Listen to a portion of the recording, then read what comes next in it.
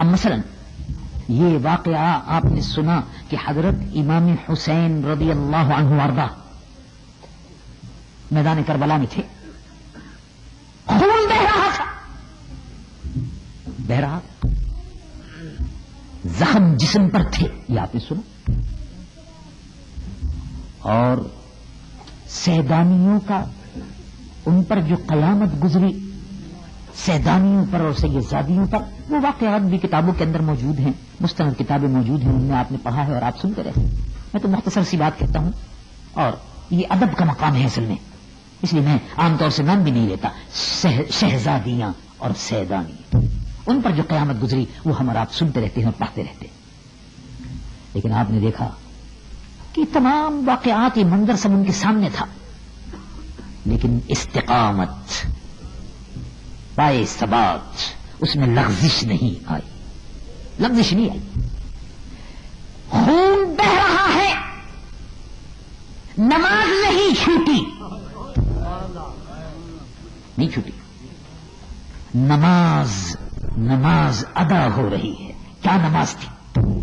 سبحان اللہ، یہ نماز عاشقاں ہے، یہ عاشقوں کی نماز ہے کہ خون بھی بہ رہا ہے، سر بھی کٹ رہا ہے، لیکن کسی کے سامنے جھک نہیں رہا، اگر جھک رہا ہے تو اپنے رب کے حضور جھک رہا ہے۔ چل جائے سر پھرا کٹ کر نیزے کی نوک پر، لیکن یزیدیوں کی اطاعت نہ کر قبول، اطاعت یزیدیوں کی قبول نہیں کی، اللہ کی اطاعت میں سر کٹ رہا ہے، خون بہ رہا ہے، اور عاشقوں کی نماز ادا ہو رہی ہے۔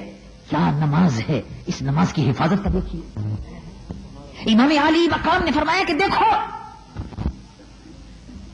اس بات کی بھی حفاظت کرو کہ سب کچھ لٹ جائے، سب کچھ بگڑ جائے، کنبہ بگڑ جائے، خاندان لٹ جائے، کنبہ بگڑ جائے، گھر کا نقشہ بگڑ جائے، لیکن دین کا نقشہ نہ بگڑنے پائے۔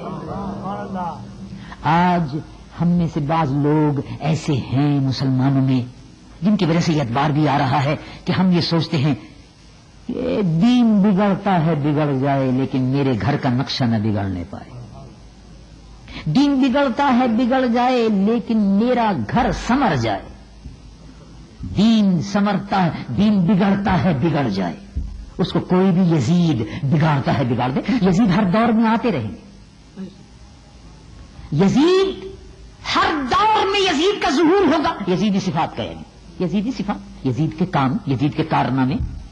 اب یہ یزید کا بہت بڑا کارنامہ تھا، یہ قرآن شریف پڑھتا تھا یزید۔ آپ یہ نہ سمجھیں کہ یزید قرآن شریف پڑھنا نہیں جانتا تھا، بہترین قرآن شریف پڑھتا تھا، ایسا بہترین قرآن شریف پڑھتا تھا کہ بعد کے آنے والے یزید جو ہیں وہ ایسا نہیں پڑھ سکتے، پڑھ نہیں سکتے، غلطی ضرور آتی ہے، غلطی۔ یزید بہترین قرآن شریف پڑھتا تھا، اور علماء کرام سے آپ نے سنا ہوگا کہ یزید بہترین قرآن شریف پڑھنے کے ساتھ ساتھ یزید بہترین عربی میں جمعے کا خطبہ بھی دیا کرتا تھا۔ یہ بڑی غنیمت بات ہے، اب یہ بہت سے لوگوں کو پتہ نہیں، ورنہ لوگ مسجدوں کے خطبوں پہ بھی قبضہ کرنا شروع کر دیں اگر پتہ چل جائے نا۔ پتہ نہیں ہے لوگوں کو، بہت سے لوگوں کو پتہ نہیں کہ یزید جمعے کا خطبہ بھی دیتا تھا۔ یزید کے داڑھی بھی تھی، یزید کے داڑھی بھی تھی، بڑا اونچے درجے کا فراڈ تھا۔ اب آپ اندازہ لگائیے، یعنی موجودہ دور میں تو بعض یزید ایسے مل جائیں گے یزیدی کہ جن کے داڑھی بھی نہیں ہے، لیکن چلو ٹھیک ہے، کبھی اسلام کا بھی نام لے لیتے ہیں، زکوٰۃ بھی، عشر بھی، یہ بھی چلتا ہے سب، اور داڑھی بھی نہیں ہے، یہ بھی نہیں ہے، وہ بھی نہیں ہے، لیکن وہ ساری اس معاملے میں بہت اونچا تھا، وہ اس سے بھی اونچا فراڈ تھا، داڑھی بھی تھی، اور مولوی صاحب کو سب کو پیچھے چھوڑ کے خود ممبر پہ بیٹھ جاتا تھا۔ ہمارا رواج تھا اس زمانے میں۔ یزید جمعے کے دن جامع مسجد اموی دمشق میں جمعے کے دن خطبہ دیتا تھا، بہترین عربی بولتا تھا، عربی اس کی مادری زبان، عربی تو مادری زبان تھی. اور سبحان اللہ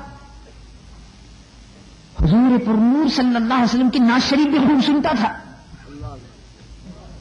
ہاں، اور اس شعر پہ بھی وہ بڑا سر دھنتا تھا کہ سب تمہارا کرم ہے آقا. بات اب تک بنی ہوئی ہے، چل رہی ہے گاڑی چل رہی ہے. اللہ لیکن اللہ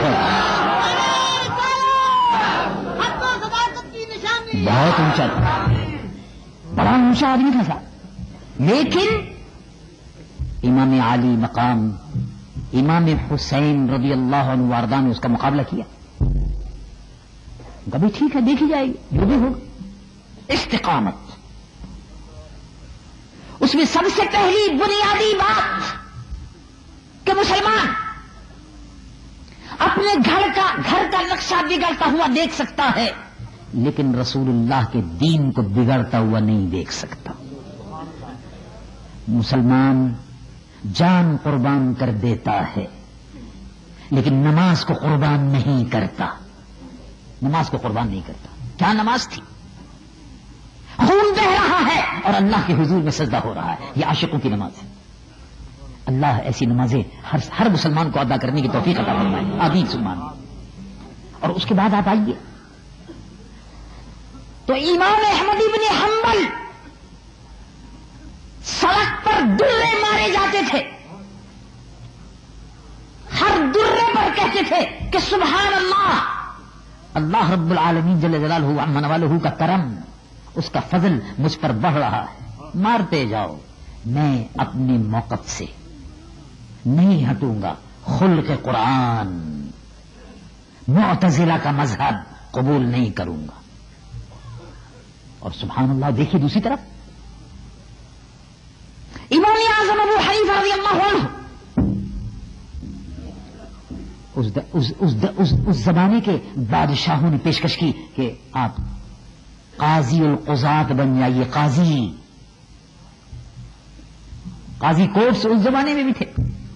ہاں، فرق کچھ نہیں پڑتا، سارا کام چلتے رہتے ہیں، دھندا چلتا رہتا ہے لوگوں کا. امام اعظم ابو حنیفہ رضی اللہ عنہ وارضہ نے اس کو قبول نہیں کیا. زہر کا پیالہ قبول کر لیا، لیکن ضمیر فروشی اور دین فروشی قبول نہیں کی. یہ طریقہ اسلاف ہے، طریقہ سلف صالحین ہے. اور اللہ کی رحمتیں نازل ہوں